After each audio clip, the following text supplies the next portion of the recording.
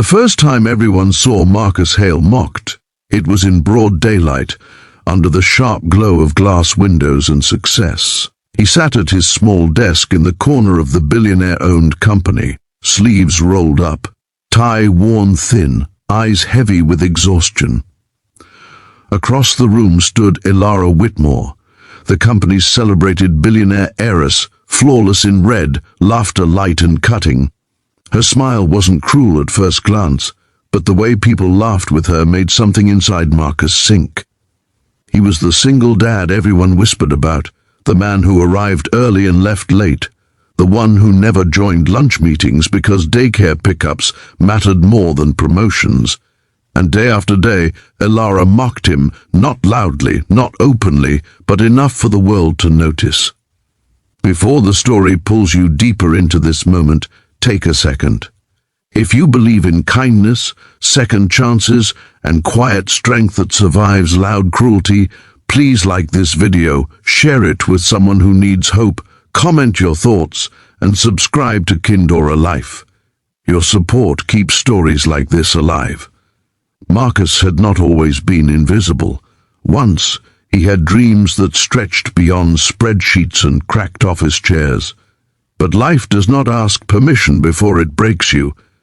His wife had passed away 3 years earlier, leaving him alone with a 6-year-old son named Theo and a mountain of bills that never stopped growing. Marcus worked not for ambition, but for survival. Every morning, he packed Theo's lunch with careful hands, kissed his forehead, and promised he would be home before the sun dipped too low. He wore the same white shirt until the cuffs frayed, because new clothes meant less money for school books. And still, he showed up every single day, refusing to let grief turn into bitterness. Elara Whitmore lived in a different universe. She had inherited the company young, praised as a visionary, feared for her sharp tongue, admired for her confidence.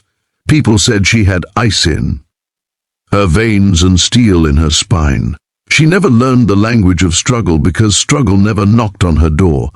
To her, Marcus was an easy target, the single dad who turned down late-night networking dinners, the employee who never spoke up in meetings, the man who smelled faintly of daycare crayons and instant coffee.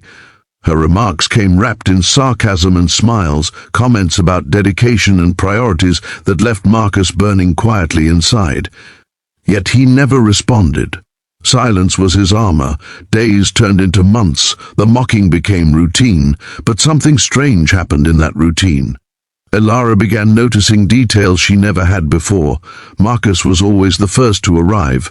He fixed broken printers without being asked. He stayed calm when others panicked. He carried himself with a dignity that did not ask for approval.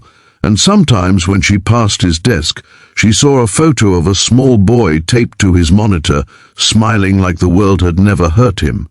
That smile unsettled her more than she cared to admit. One afternoon, sunlight flooded the office as a major deal collapsed without warning. Executives scrambled, voices sharp, blame flying like sparks. Elara felt the familiar rush of control slipping through her fingers. That was when Marcus stepped forward, quietly offering a solution he had been working on for weeks, unnoticed.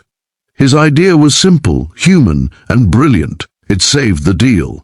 The room went silent. For the first time, Elara looked at him not as a joke, but as a man who carried weight. That evening, the office emptied early. Daylight lingered, painting the city gold. Marcus stayed behind to finish his work, thinking of Theo waiting at home with a babysitter he could barely afford.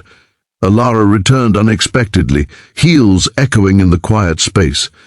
She stood there, unsure why she had come back, words tangled in her chest. She saw Marcus rubbing his temples, exhaustion written openly now that no one was watching, for reasons she would never fully understand. Something inside her broke open. She walked toward him, not with mockery this time, but with a strange vulnerability she had never shown anyone. She saw the man behind the title, the father behind the employee badge, the quiet strength that had endured her worst days. In a moment that defied logic and pride, she leaned down and kissed him. It was brief, unplanned, and electric. Daylight streamed around them as if the world itself had paused. Everything changed after that night. Alara did not apologize with words the next day. She changed with actions. She defended Marcus in meetings. She promoted him quietly. She introduced policies that supported working parents. The office noticed, but no one dared question it. Marcus was confused, guarded, but something warmer began to grow where humiliation once lived. He still went. Alara began visiting the world she had ignored. She learned what daycare costs meant. She listened instead of speaking. She saw Theo one afternoon when Marcus brought him briefly to the office, sunlight catching the boy's laughter. In that moment, Alara understood how empty her penthouse felt compared to this small, bright life. Wealth had given her power, but love had given Marcus purpose. Their relationship did not explode into fantasy. It grew slowly, carefully, in daylight, built on trust rather than apology. Marcus never forgot the pain, but he learned that people could change when they truly saw another human being. Alara learned humility, not because she lost power, but because she finally gained perspective. Years later, Marcus would be known not as the mocked single dad, but as a leader who transformed the company's culture. Alara would be remembered not just as a billionaire, but as a woman who learned compassion when she least expected it. And Theo grew up watching two adults choose kindness over pride, love over cruelty. If this story touched your heart, if it reminded you that even the quietest people carry the loudest strength, please take a moment to like this video, share it with someone who needs hope, and subscribe to Kindora Life.